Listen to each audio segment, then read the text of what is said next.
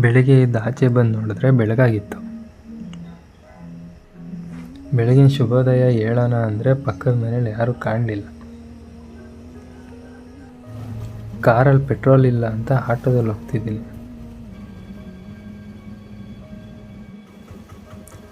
College start ಆಗಿ 1 ವಾರ ಆಗಿದೆ. 1 ವಾರ ಆದಮೇಲೆ ಕಾಲೇಜಿಗೆ ಬಂದಿದ್ದೀನಿ. ಇದು ಕಾಲೇಜ್ ಗ್ರೌಂಡು. ಕ್ರಿಕೆಟರ್ಸ್ಗೆ ಇಲ್ಲಿಂದನೇ ಟ್ರೈನಿಂಗ್ ಕೊಡೋದು.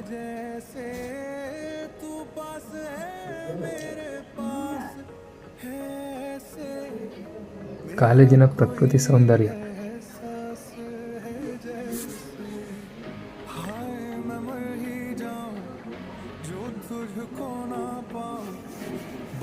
ಬೆಂಚ್ ಎಲ್ಲ ಫಂಗಲ್ ಆಗಿತ್ತು, ಅದಕ್ಕೆ ಕ್ಲೀನ್ ಮಾಡ್ತಿದ್ವಿ. ಸರ್ ಪಾಠ ಮಾಡೋದ್ಮೇಲೆ ಇಂಪಾರ್ಟೆಂಟ್